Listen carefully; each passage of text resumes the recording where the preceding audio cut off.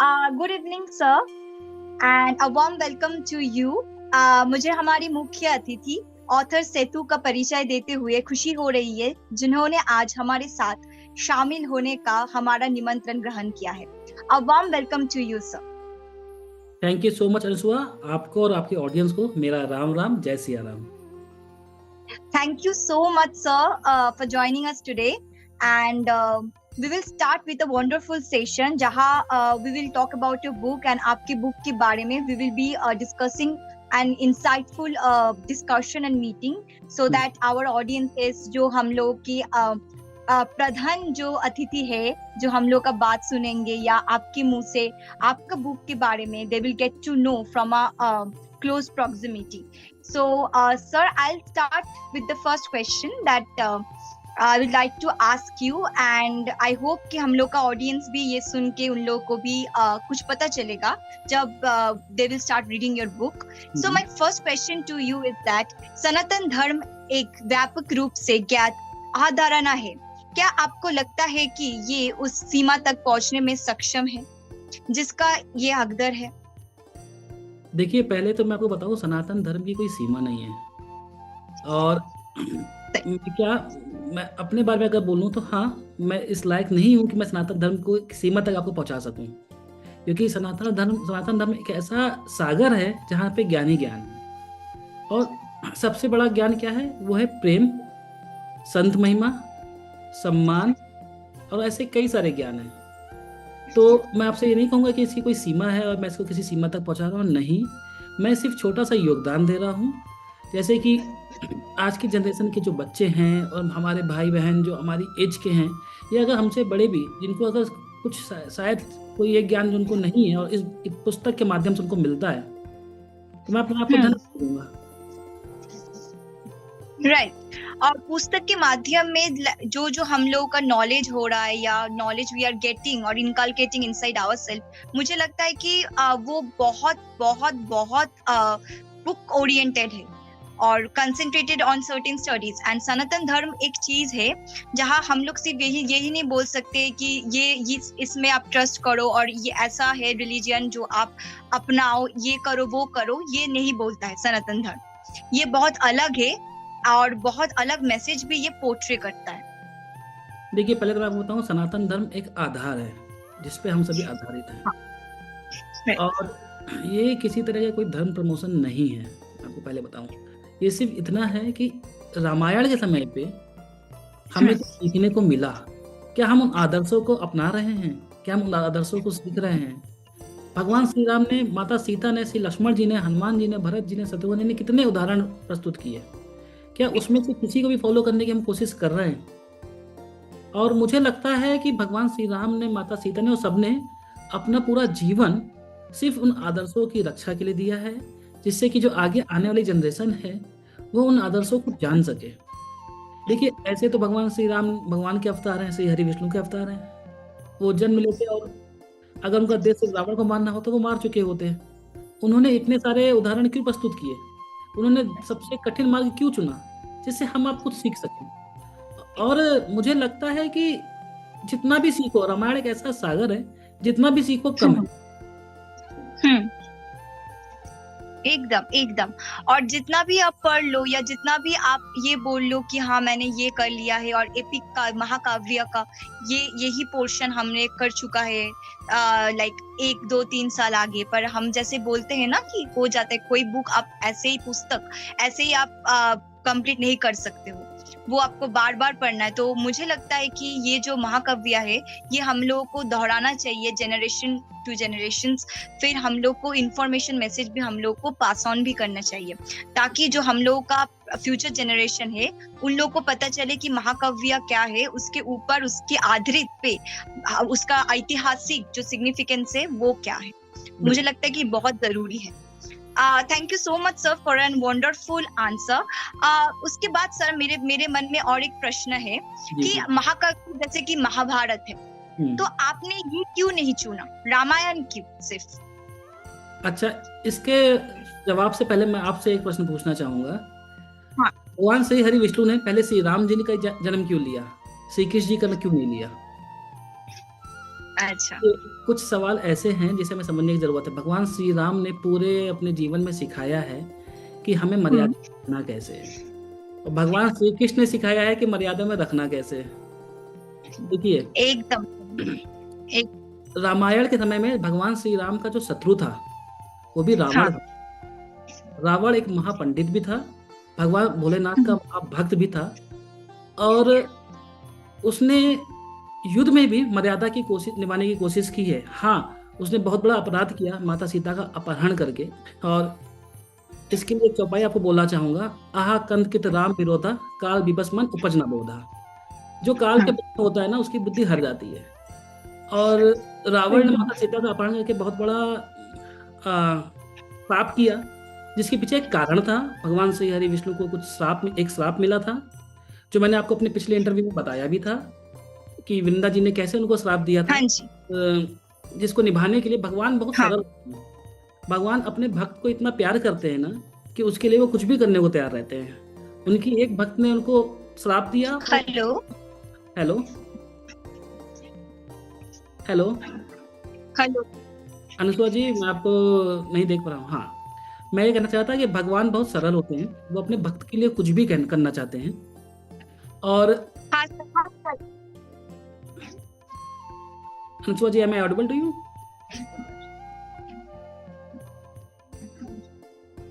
हाँ सर, हाँ हाँ, बोलिए सर। जी जी। तो भगवान अपने भक्त के लिए कुछ भी करते हैं क्योंकि वो बहुत सरल होते हैं, और वो अपने भक्त हाँ। को हर एक चीज में साथ देते हैं। कहते हैं ना, आप भक्त की तरफ, भगवान की तरफ एक कदम बढ़ाइए, भगवान की तरफ 10 कदम बढ़ाएंगे। तो ऐसे ही उनकी भक्त श्री माता विंदा जी ने उनको श्राप दिया, जिसको उन्होंने स्वीकार किया, और रावण ने उस श्राप के वजह से माता सीता का अपहरण किया। लेकिन ऐसे बहुत सारे उदाहरण हैं, बहुत सारी घटनाएं हैं, बहुत सारी कथाएं हैं जो हमको जानने और समझने की जरूरत है। और मैंने कोशिश की है कि मैं इस पुस्तक के माध्यम से वो सब आपको बताने की कोशिश करूं। मैंने जितना हम्म। समझ में आया मैंने उसमें लिखने की कोशिश की है। कुछ त्रुटियां भी होंगी, बिल्कुल कुछ त्रुटियां हुई होंगी, उसके लिए मैं क्षमा भी चाहूंगा। बस मैंने बहुत दिल से इसको लिखा है, और मैं चाहूंगा कि आप सब उसे पढ़ें। थैंक यू सर, बहुत धन्यवाद आपको।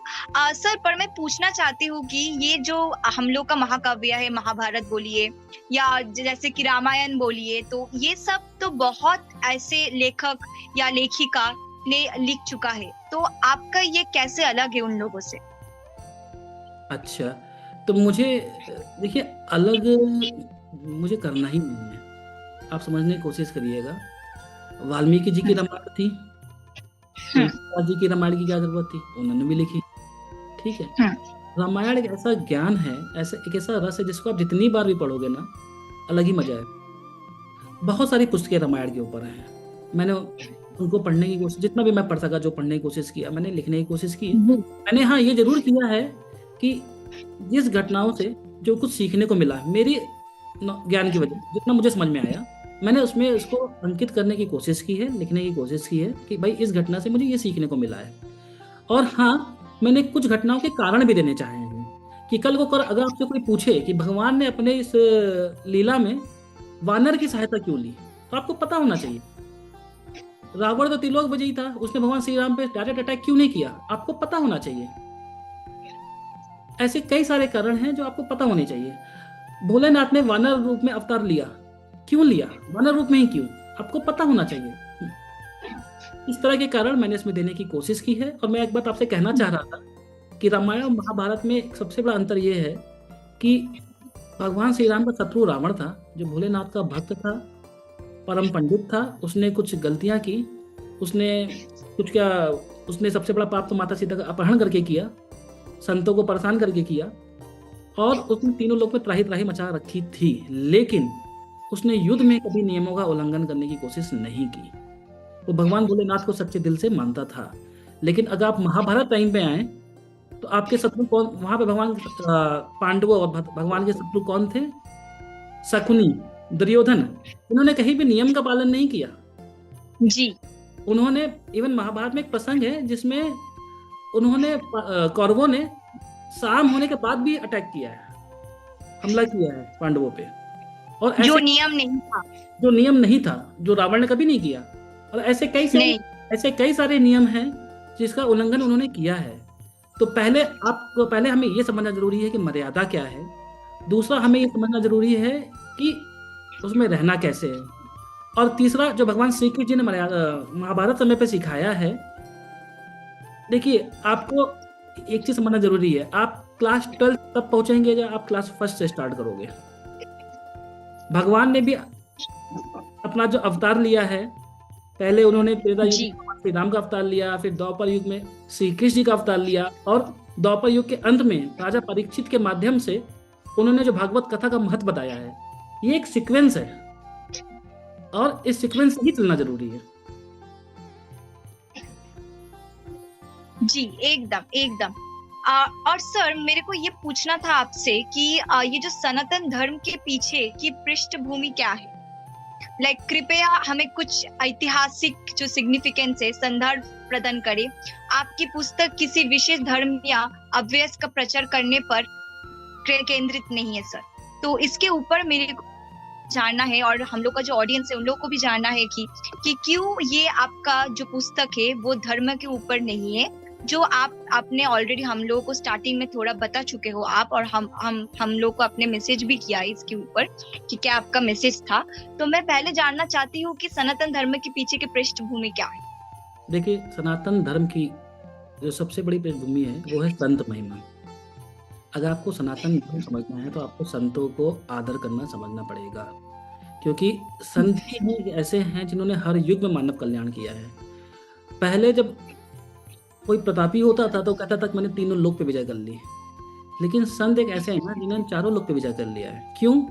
क्योंकि वो दुख और सुख दोनों सिचुएशन में एक ही रहते हैं।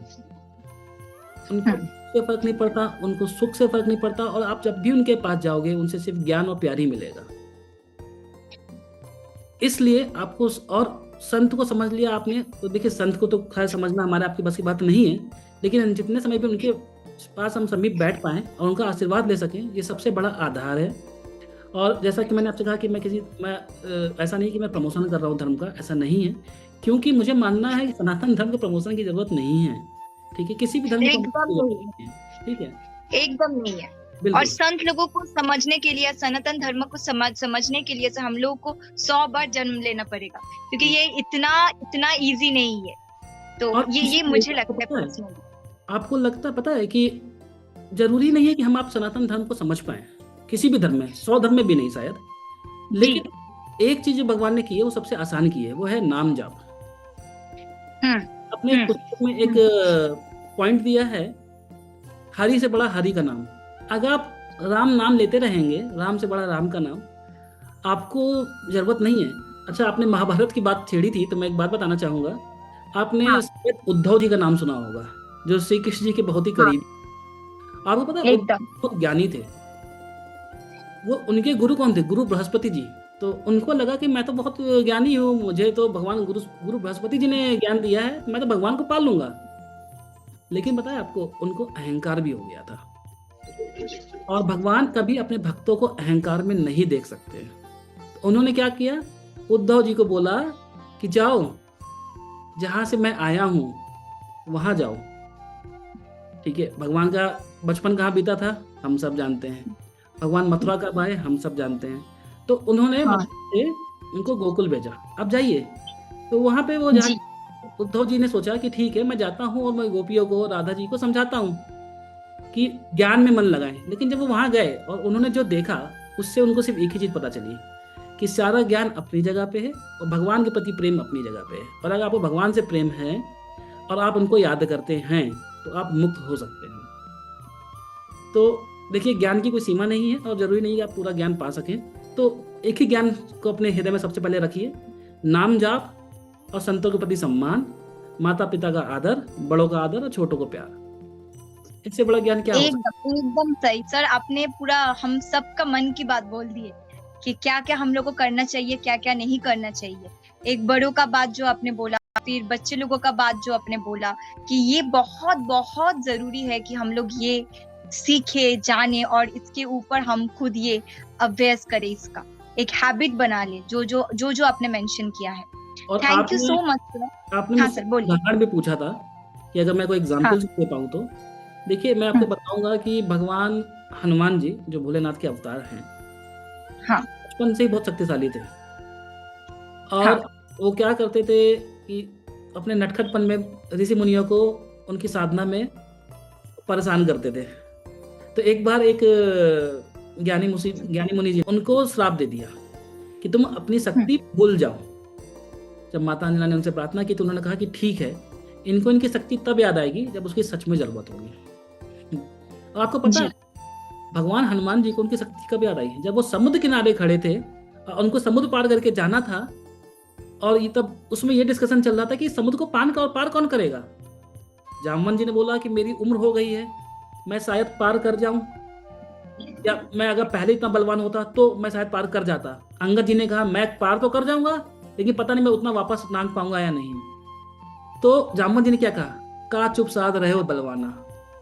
उन्होंने एक बहुत अच्छी चौपाई सुनाई, पवन तनय बल पवन समाना बुद्धि विवेक विज्ञान निदाना।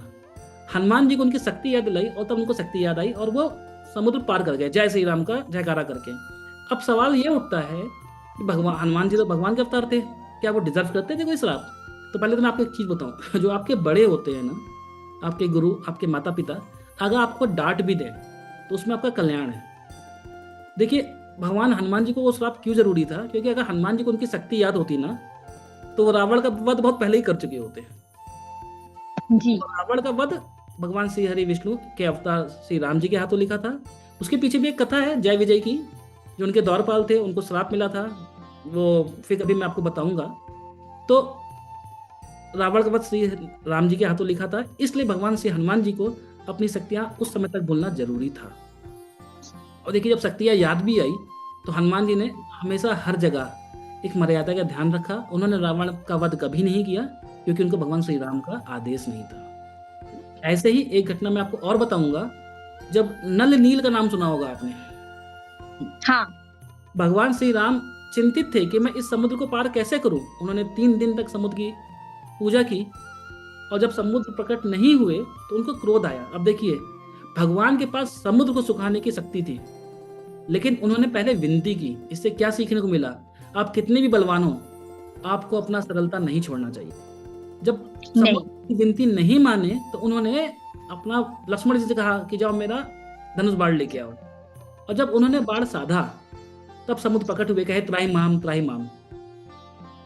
अब उसमें जब भगवान समुद्र जी श्री राम जी के पास प्रकट हुए तो भगवान श्री राम देखिए तुरंत माफ कर दिए। उन्होंने बोला ठीक है, तुम प्रकट हो गए हो, तुम क्षमा मांग रहे हो, मैं माफ करता हूं, लेकिन मुझे बताओ कि मैं इस समुद्र को पार कैसे करूं। तो उन्होंने कहा कि आपकी सेना में 2 भाई हैं, नल नील कपि 2 भाई। और जब हम्म, वो 2 भाई जो है भगवान विश्वामित्र जी के मानस पुत्र हैं, और भगवान विश्वामित्र जी विश्वकर्मा जी, सॉरी भगवान विश्वकर्मा जी, ये हमारे भगवानों में मतलब हम ऐसे देवता हैं जिनको आर्किटेक्ट भी बोला जाता है। तो बोला गया कि जी, उनके मानस पुत्र हैं और इनको ये श्राप मिला हुआ है बचपन में कि ये पानी में कुछ भी डालेंगे वो नहीं डूबेगा। क्यों? क्योंकि वो भी बचपन में ऋषि मुनियों को परेशान करते थे, उनका सामान उठा के पानी में डाल देते थे। एक मुनि ने उनको श्राप दे दिया कि आप जो भी डालोगे नहीं डूबेगा। अब देखिए वो श्राप यहाँ काम आया। तो जैसा कि मैंने आपसे कहा था कि अगर आपके बड़े आपको डांटे तो उससे आपका कल्याण ही है। उन्होंने उनको श्राप हाँ, दिया तो वो श्राप यहाँ काम आया, और आज राम सेतु को दुनिया जानती है। एकदम एकदम सही बात। और बच्चे लोगों को ये समझना चाहिए कि बड़े लोग क्यों डांट रहे हैं उन लोगों को, बिल्कुल इसके पीछे कुछ कुछ भला है उन लोगों के लिए ही। तो बिल्कुल। सर, मुझे ये पूछना था कि क्या ये पुस्तक युवा पाठकों के मन पे कुछ सिग्निफिकेंस छोड़ सकते हैं कि नहीं? बिल्कुल क्यों नहीं, उन्हीं के लिए है। देखिए मॉडर्न होना बहुत अच्छी बात है, लेकिन अगर आप मॉडर्न हो के अपनी सनातन वैल्यूज को समझो तो उससे अच्छा क्या हो सकता है।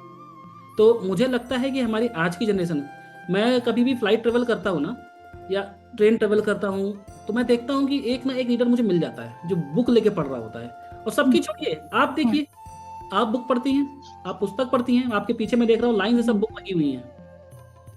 तो जी सर, और ऐसा नहीं है कि आप किसी एक टॉपिक पे पढ़ती हैं।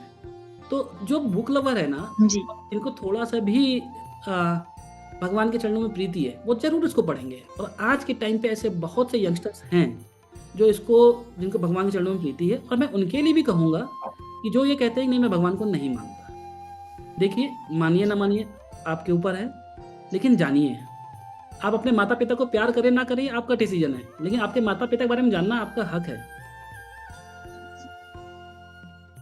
तो एकदम एकदम जानना हक है। हम लोग को ये मतलब समझने भी चाहिए कि कौन सी पुस्तक क्या हम लोग का मैसेज दे रहा है, या क्या हम लोग को पढ़ने के बाद हम लोग को मिलेंगे उससे, जो हम लोग इंग्लिश में टेक अवेज बोलते हैं बिल्कुल कुछ पुस्तकों से या कुछ बुक से। तो सर मुझे ये पूछना था कि यदि आप पाठक अगर नहीं हो तो आप लेखक कैसे बन सकते हो? लाइक एक सजेशन हम लोग के वो रीडर्स के लिए और वो बडिंग राइटर्स के लिए जो एक सफल लेखक होना चाहता है। देखिए, डिपेंड करता है कि आप किस क्षेत्र में लेखक होना चाहते हो, ठीक है। लेकिन किसी भी क्षेत्र में लेखक बनने से पहले आपको थोड़ा अध्ययन तो करना पड़ेगा, ठीक है। जैसे मेरी पहली पुस्तक है और मैंने भी कुछ पुस्तकों का अध्ययन किया है, लेकिन मैं आपको एक बात बोलूँगा। अब मैं जब भी रामायण जी की आरती करता हूँ तो उसमें एक बहुत अच्छी चौपाई है, गावत वेद पुराण अष्टदश छौ शास्त्र सब गंथन को रस मुनि नंदन संतन को सर्वस सार अंश सम्मत सबई के। 6 शास्त्र का रस है रामायण में। अगर आपने इसको पढ़ लिया तो आपने समझ लीजिए सारा ज्ञान प्राप्त कर लिया, जितना एक अच्छा इंसान बनने के लिए जरूरी है। बाकी ज्ञान तो बहुत है, ऐसी कोई लिमिट नहीं है, जितना पढ़ेंगे उतना आएगा। जितना पढ़ोगे उतना ज्ञान। बिल्कुल। तो मेरे लिए मेरा सोर्स श्री रामचरितमानस, श्री रामानंद सागर जी का रामायण मैंने बहुत देखा है। वो उन्होंने 14 अध्ययन किया है, मैं उनके चरणों में बंदगी करता हूँ। और मैंने ऐसे और भी पुस्तकें पढ़ी हैं। आपने कभी योग वशिष्ठ पढ़ा है? बहुत अच्छी पुस्तक है। बहुत अच्छी, बहुत अच्छी। मैं पढ़ी हूँ सर, बहुत अच्छी। बिल्कुल। तो आप रिसर्च करिए। रिसर्च ही एक ऐसी चीज है जो आपको, देखिए कभी भी ना, हर इंसान की लाइफ में फर्स्ट टाइम जरूर आता है, और वो फर्स्ट टाइम अगर आप रिसर्च करके आगे बढ़ेंगे तो मुझे लगता है कि आपको कामयाबी मिलेगी। और कभी भी देखिए, एक बात समझिएगा, रिसर्च कभी भी पूरी नहीं होती। आप ये सोचिए कि मैं कोई काम करूँ, मैं कोई गलती ना करूँ, ऐसा नहीं। मैंने इस पुस्तक में भी कुछ गलतियां की होंगी जिसके लिए मैं हाथ जोड़ के क्षमा मांगता हूँ, लेकिन मेरे इस पुस्तक के लिखने के पीछे मेरी श्रद्धा और मेरा दिल एकदम पवित्र था। मैंने पूरे सच्चे मन से इसको लिखा है, और यही जरूरी है।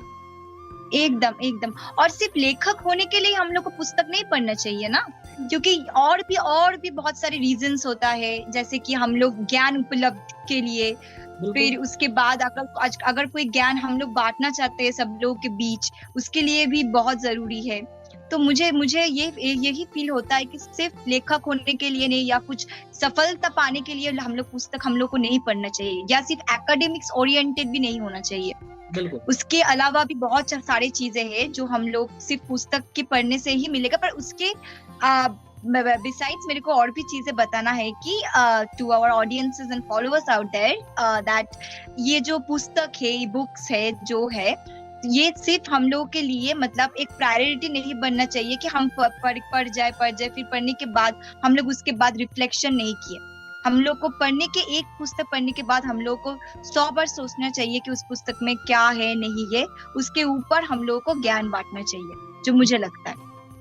बिल्कुल, नॉलेज को हमेशा शेयर तो यही हाँ सर, यही बात है, बहुत ये जनरल बात है, कॉमन बात है कि ये सबको ये समझ में आए कि पुस्तक सिर्फ लेखक बनने के लिए नहीं, या लेखिका बनने के लिए नहीं है। सर मुझे ये चीज आपसे पूछना है कि यदि आपकी पुस्तक का शीर्षक वर्तमान शीर्षक नहीं है तो विकल्प क्या होगा?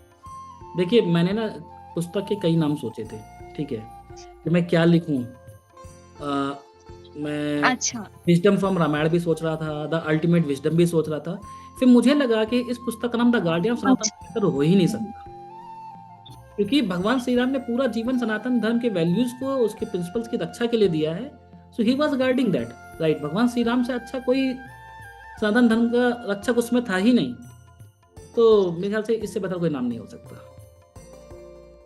एकदम अति उत्तम आपका आंसर।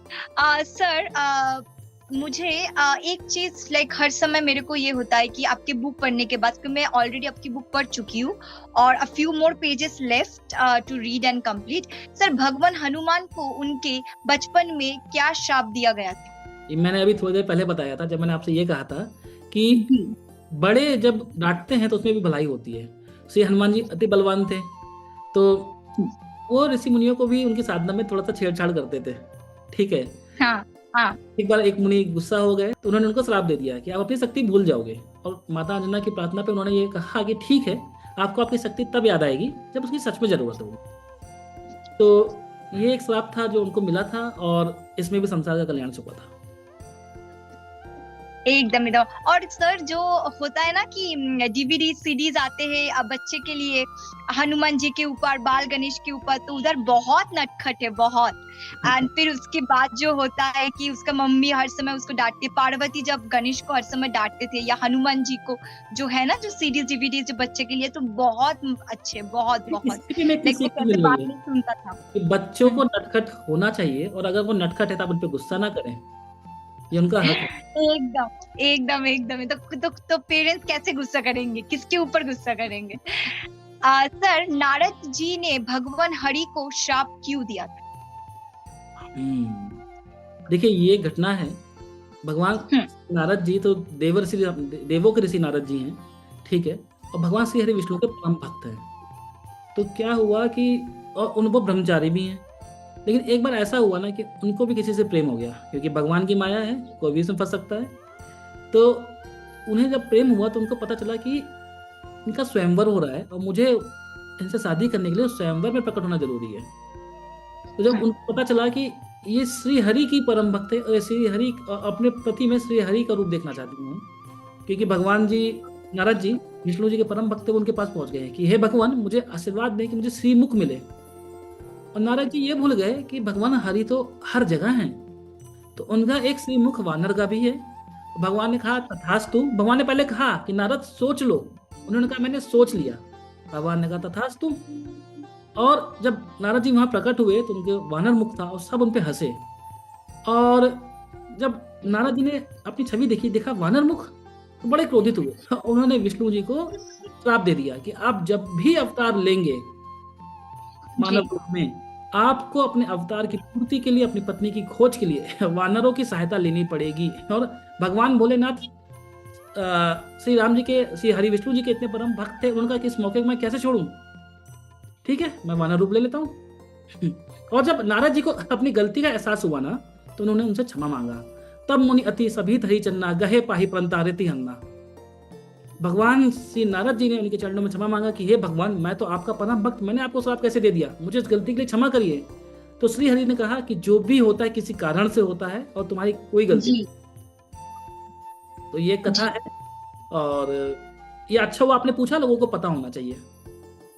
जी सर, क्योंकि हम लोगों को ना बहुत सारी चीजें पता है ना जो सही नहीं है। जी आप कैरेक्टर्स बोलिए या कुछ भी बोलिए, लाइक प्लॉट जो होता है एक पुस्तक का, बहुत सारी चीजें जो हम लोग को सही पता नहीं, पता है सब कुछ, पर जो सही है, जो ओरिजिनल है ना, वो पता नहीं है कि क्यों हो रहा है, क्यों नहीं हो रहा है। और लेखक जैसे कि आप सर, जिसके इतना इतना नॉलेज है, फिर इतना कुछ एक महाकाव्य के ऊपर आधारित जो आपने काम किया है, फिर उसके ऊपर जो कैरेक्टर्स अपने स्केच किया है, तो ये बहुत मतलब हम लोग के लिए जेन्युइन अकाउंट होंगे अगर आप हम ये बट नॉट द लिस्ट इसको कि वो लोग अगर कोई प्रॉब्लम हो बुक के ऊपर, या कुछ पूछना चाहते हैं, या कुछ सजेशन देना चाहते हैं, और बुक बाय करना चाहते हैं, तो आपको और मुझे इंस्टाग्राम पे एक मैसेज कर दे, हम दोनों पहुंच जाएंगे सबको हेल्प करने के लिए। तो सर जो लास्ट क्वेश्चन है जो मैं आपसे पूछना चाहती हूँ है कि क्या आप इस महाकाव्य से कोई संदेश देना चाहते हैं? जी, मैं बिल्कुल देना चाहता हूँ। देखिए एक घटना है जिसमें भगवान श्री राम जब वनवास की तरफ जा रहे थे। हेलो हेलो, मेरी आवाज आ रही है आपको? Hello Anusuya ji, am I audible to you?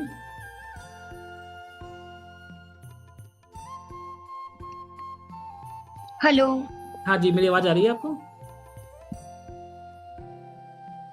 Sir screen visible नहीं है। हाँ हाँ हाँ अभी ठीक है।